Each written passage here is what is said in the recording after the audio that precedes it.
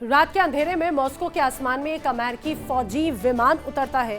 कोई ऐलान नहीं होता, कोई प्रेस कॉन्फ्रेंस नहीं होती, कोई ऑफिशियल स्टेटमेंट नहीं आता, बस एक काफिला जो गुपचुप तरीके से चुपचाप शहरों की सड़कों से गुजर जाता है और दुनिया को इसकी भनक तक नहीं लगती। जब तक कि सोशल मीडिया पर कुछ तस्वीरें लीक नहीं हो जाती, किसी को कुछ नहीं पता चला कि आखिर मॉस्को में हुआ क्या। और जैसे ही तस्वीरें सामने आई तब खुलता है एक ऐसा राज जिसे वॉशिंगटन से लेकर क्रेमलिन तक हलचल मचा दी। अमेरिका की सबसे ताकतवर खुफिया एजेंसी का मुखिया खुद CIA chief John Radcliffe Chupke Chupke पहुंच जाता है मॉस्को। ना कोई पहले से जानकारी, ना कोई तय एजेंडा, कोई इंटीमेशन नहीं, कोई इंफॉर्मेशन सार्वजनिक नहीं। सवाल यह कि आखिर ऐसी मजबूरी क्या थी कि अमेरिका की जासूसी दुनिया के सबसे बड़े अफसर को खुद रूस जाना पड़ गया। क्या यह सच में सिर्फ नाटो को लेकर एक चेतावनी थी या फिर पर्दे के पीछे कोई और ही खेल चल रहा था जिसे दुनिया से छिपाया जा रहा है। अब व्हाइट हाउस इसे बता रहा है रूटीन विजिट, लेकिन जब बात इतनी रूटीन की थी तो इसे छिपाया क्यों गया? आखिर क्यों नहीं जानकारी दी गई वॉशिंगटन की तरफ से? डोनाल्ड ट्रंप जो हर बात पे, छोटी छोटी बात पे भी सोशल मीडिया पर तमाम पोस्ट एक तरह से भर देते हैं एक एक करके। इतनी बड़ी, इतनी अहम विजिट को इतना सीक्रेसी के साथ में अंजाम दिया।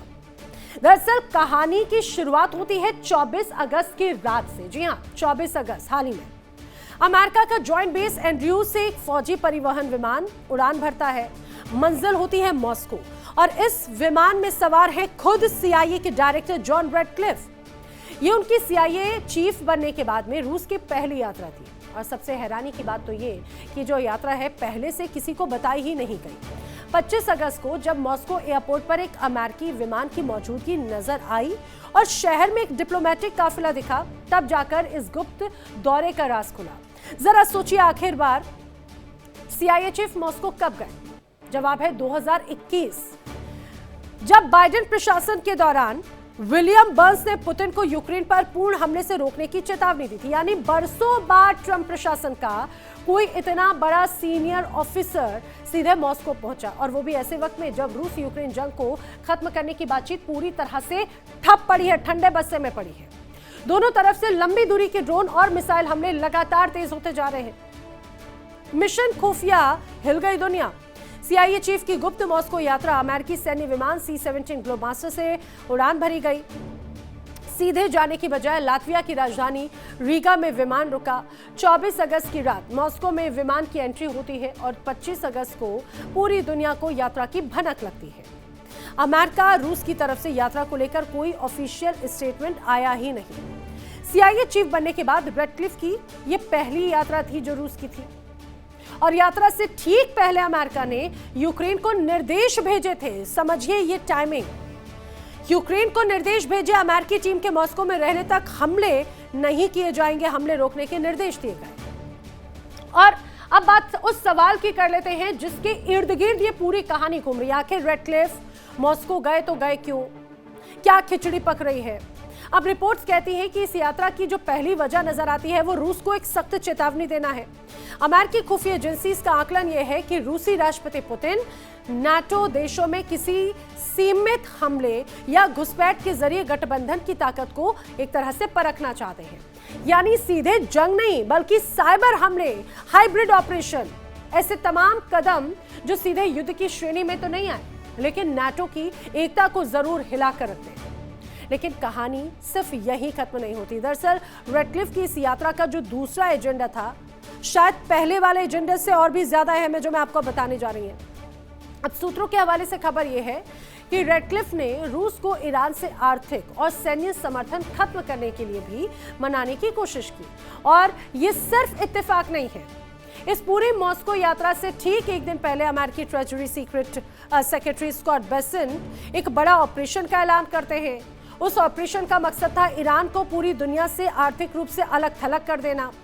यानी एक तरफ नाटो को लेकर चेतावनी, दूसरी तरफ ईरान को घेरने की रणनीति, और रूस जो ईरान का एक अहम व्यापारिक साझेदार है, इस पूरी बिसात के बीचों बीच खड़ा हुआ नजर आता है। फिलहाल तो खामोशी है, अब आगे क्या चल रहा है पुतिन के दिमाग में ये कोई नहीं जानता। लेकिन नाटो बहाना क्या कहीं और निशाना था? अलग अलग एजेंडे समझिए। पहला एजेंडा जो नजर आता है संभावित नाटो की सुरक्षा, नाटो देशों पर हमले या फिर उकसावे वाली कार्रवाई रोकना एक तरह से अमेरिका की प्राथमिकता है। दरअसल अमेरिका को डर है पुतिन साइबर अटैक या हाइब्रिड वॉरफेयर का रास्ता चुन सकते हैं। 4 साल से ज्यादा का वक्त हो चुका है इस पूरे जंग को। वॉशिंगटन का यह मानना है कि रूस ये परखना चाहता है कि नाटो आखिर कितना यूनाइटेड है, नाटो की एकता कितनी है। अब दूसरा एजेंडा समझ लीजिए, ईरान और रूस का गठजोड़। ईरान को रूस से जो मदद मिलती है वो मदद बंद कराने की बड़ी कोशिश है। हर तरह की सामरिक या आर्थिक मदद का रास्ता एक तरह से अमेरिका बंद करना चाहता है, ये उसका प्लान है। रूस के जरिए ईरान को स्ट्रेट ऑफ हॉर्मुज पर अमेरिका की बड़ी चेतावनी एक तरह से। स्ट्रेट ऑफ हॉर्मुज जलमार्ग तुरंत अगर नहीं खुला तो विनाशकारी प्रतिबंध लग जाएंगे, ना सिर्फ ईरान पर बल्कि ईरान का सहयोग करने वाले तमाम देशों पर, यानी सेकेंडरी सैंक्शंस और लग सकते हैं रशिया पर। ईरान का सबसे बड़ा रणनीतिक और व्यापारिक साझेदार कौन है? रूस और चाइना। चाइना से कोशिश की, चाइना माना नहीं। अब रूस को दबाने की कोशिश है, मनाने की कोशिश है। रूस के जरिए ईरान पर दबाव बनाने की रणनीति एक तरह से रेडक्लिफ करते हुए नजर आते हैं। अमेरिका की तमाम प्लानिंग है। अब आते हैं इस पूरी कहानी की सबसे दिलचस्प मोड़ पर, जब हर किरदार इस यात्रा को अलग अलग रंग देने में जुटा है। सबके अपने अपने नजरिए भाई। व्हाइट हाउस में जब राष्ट्रपति ट्रंप से पूछा गया कि क्या रेडक्लिफ की यात्रा नाटो को लेकर पुतिन को चेतावनी देने के लिए थी, तो डोनाल्ड ट्रंप ने इसे सीधे सिरे से खारिज कर दिया। उन्होंने एक तरह से सेमी रूटीन इसे बताया और कहा कि भाई लगभग सब कुछ सामान्य है, सब कुछ नॉर्मल है। यहां तक कि उन्होंने तो यह भी कह दिया कि रेडक्लिफ वहां किसी ऐसी वजह से नहीं गए जैसा पूछा जा रहा था। अब दूसरी तरफ क्रेमलिन का बयान वो भी कम दिलचस्प नहीं है। रूस के जो प्रवक्ता है दिमित्री पेस्कोव, उन्होंने ये साफ साफ कहा है कि रेडक्लिफ की मुलाकात खुद राष्ट्रपति पुतिन से नहीं हुई है, बल्कि ये जो मुलाकात है स्पेशल सर्विसेज यानी खुफिया एजेंसीज के स्तर पर हुई। रूस की जो विदेशी खुफिया एजेंसी है उसके मुखिया है सर्गेई नारिश्किन। उन्होंने भी एक तरह से इस मुलाकात की पुष्टि की, लेकिन इसे भी नियमित मुलाकात का नाम एक तरह से दे दिया गया। यानी हर तरफ से एक ही कोशिश है इस यात्रा को जितना हो सके उतना सामान्य नॉर्मल दिखाया जाए। लेकिन सवाल बड़ा यह है कि अगर सब कुछ इतना ही ज्यादा सामान्य नॉर्मल है तो इसे इतना ज्यादा सीक्रेट क्यों रखा गया इस पूरे दौरे को? क्या यूक्रेन से हमले रोकने तक की एक तरह से गुजारिश करनी पड़ी? और क्या दुनिया को इसकी भनक तब लगी जब एक विमान गलती से कैमरे में कैद हो गया? अगर शायद ये तस्वीर सामने नहीं आती तो ना क्रेमलिन की तरफ से कुछ कहा जाता, ना ही वॉशिंगटन की तरफ से। तो ये थी मॉस्को की उस एक पूरी रात की कहानी जिसने दुनिया की सियासत में हलचल मचा दी। एक गुप्त उड़ान, एक अनाउंस तक नहीं, फिर बयानों की एक ऐसी छड़ी जिसमें हर किरदार अपनी अपनी सफाई देता नजर आया। ट्रंप कहते हैं कि सेमी रूटीन, क्रेमलिन कहता है नियमित मुलाकात। लेकिन इतनी सारी सफाइयों के बीच एक बात साफ होती नजर आती है कि ये यात्रा जितनी सामान्य बताई जा रही है, प्रेजेंट की जा रही है, उतनी दरअसल है नहीं। नाटो को लेकर चेतावनी हो या फिर ईरान पर रूस से मदद रुकवाने की कोशिश, दोनों ही मामलों में एक बात तो तय है, अमेरिका सीधे मॉस्को जाकर अपनी बात मनवाने की रणनीति पर उतारू हो चुका है। और ये वो संकेत है जो आने वाले हफ्तों में सिर्फ यूक्रेन जंग की दिशा ही नहीं चेंज कर सकता, बल्कि ईरान से जो तमाम मोर्चे कनेक्टेड हैं उनको भी प्रभावित कर सकता है। क्या रेडक्लिफ की ये यात्रा एक ऐसी कूटनीतिक चाल की शुरुआत है या फिर ये सिर्फ एक झलक उस बड़े खेल की जो अभी पर्दे के पीछे कहीं ना कहीं चल रहा है? हिमालय की गोद में बसा एक शांत पहाड़ी इलाका अचानक से धरती कांपती है, लेकिन यह भूकंप नहीं था, यह था कुछ और, कुछ कहीं ज्यादा खतरनाक। पहाड़ों की चोटी पर जमा बर्फ का एक विशालकाय हिस्सा टूटकर गिरता है और देखते ही देखते एक शांत से नदी में, एक तरह से एक शांत से इलाके में तबाही ला देता है। पूरा रास्ता नदी का रूप ले लेता है और मौत के सैलाब में तब्दील हो जाता है। सैकड़ों जानें चली जाती हैं, हजारों लापता हो जाते हैं। लेकिन कहानी यहीं खत्म नहीं होती, क्योंकि तबाही के मलबे ने पहाड़ों के बीच में बना दिया है एक नया, खामोश और बेहद खतरनाक राक्षस। जी हाँ, एक राक्षस, एक ऐसी झील जो हर घंटे बड़ी होती जा रही है, जिसमें समा चुका है इतना ज्यादा पानी जो भर सकता है सैकड़ों ओलंपिक स्विमिंग पूल्स को। अब बड़ी चेतावनी है, अगले 3 दिनों में यह राक्षस कभी भी फट सकता है। यानी जो तबाही अभी नेपाल में नजर आई, ये उसकी एकमात्र झलक भर है, ये ट्रेलर है। आने वाले 72 घंटे और भी ज्यादा रिस्की है, घातक है। सबसे बड़ा सवाल ये नहीं है कि आगे आखिर क्या होगा, सबसे बड़ा सवाल अब ये है क्या इस तबाही को पहले से रोका जा सकता था? जितने लोगों की जान गई, क्या उन्हें कंट्रोल किया जा सकता था? क्या सीमा पार बैठे एक पड़ोसी मुल्क को पहले से इसकी भनक थी और उसने वक्त रहते चेतावनी नहीं दी? 26 अगस्त की सुबह करीब 8:45 बजे का वक्त था जब नेपाल चीन सीमा के पास में अचानक से धरती हिलना शुरू हो जाती है, कंपन शुरू हो जाते हैं। शुरुआत में लोगों को लगा कि यह भूकंप है, क्योंकि नेपाल का ये जो इलाका है वो कई बार भूकंप वाली त्रासदी को झेल चुका है।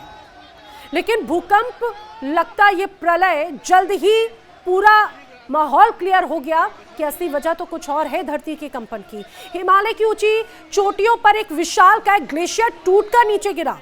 बर्फ, चट्टान, मलबे का एक पहाड़ जैसा हिस्सा तेजी से रफ्तार से नीचे की ओर बहा। त्रिशूली नदी की सहायक नदियां एक तरह से लेनदेन, एक पूरा का पूरा उसने एक रास्ता खोला और सीधे अंदर दाखिल हो चुका। देखते ही देखते नदी का रौद्र रूप सामने आया। तस्वीरें आप देखेंगे तो रूह कांप जाएगी, रोंगटे खड़े हो जाएंगे। 72 किलोमीटर के इलाके में त्रिशूली नदी ने जमकर तबाही मचाई है। नेपाल का रसवा और नुवाकोट जैसे जो जिले हैं, वहां पर जो बस्तियां हैं वो बस्तियों की बस्तियां बह गई। बड़ी बड़ी इमारतें, लोगों के मजबूत घर, गाड़ियां, तमाम इंफ्रास्ट्रक्चर्स ताश के पत्तों की तरह बह गया। कागज की कश्ती की तरह बहता हुआ नजर आया बड़ा बड़ा बोल्डर। बेत्रावती जैसा ऐतिहासिक कस्बा अब पूरी तरह से मलबे में तब्दील हो चुका है। लेकिन सीमा पर मौजूद ग्योरोंग पोर्ट, जो नेपाल चीन के बीच में व्यापार और कैलाश मानसरोवर यात्रा का बहुत अहम रास्ता माना जाता है, वो भी इस तबाही की चपेट में आ गया। अब तक जो जानकारी मिली है उसके अनुसार नेपाल में मरने वालों की संख्या 600 को पार कर चुकी है। ये आंकड़ा और बढ़ सकता है। हजारों की संख्या में लोग अभी भी लापता हैं। दुनिया भर के 30 से ज्यादा देशों के नागरिक भी इसमें शामिल हैं। अब आपको एक साथ नेपाल में प्रलय की कुछ तस्वीरें मैं दिखाती हूं। इस तस्वीर को जरा समझिएगा, किस तरह से नेपाल में तबाही आई। एक बड़ा इंफ्रास्ट्रक्चर कैसे मलबे में तब्दील हो गया। लोग आगे आगे भागते, लेकिन उनकी ये दौड़ इस पूरे प्रलय के आगे बहुत छोटी थी। अब मैं आपको इस पूरे प्रलय की 50 तस्वीरें दिखा रही हूं, जो सिर्फ और सिर्फ तबाही को दर्शाती है और कुछ नहीं। जी हां, तबाही। देखिए इंडिया डेली 24/7 अब आपकी स्मार्ट टीवी पर। इंडिया डेली मौजूद है सभी डिजिटल प्लेटफॉर्म पर लाइव और लगातार। इंडिया डेली 24/7 हर दिन राष्ट्र को समर्पित।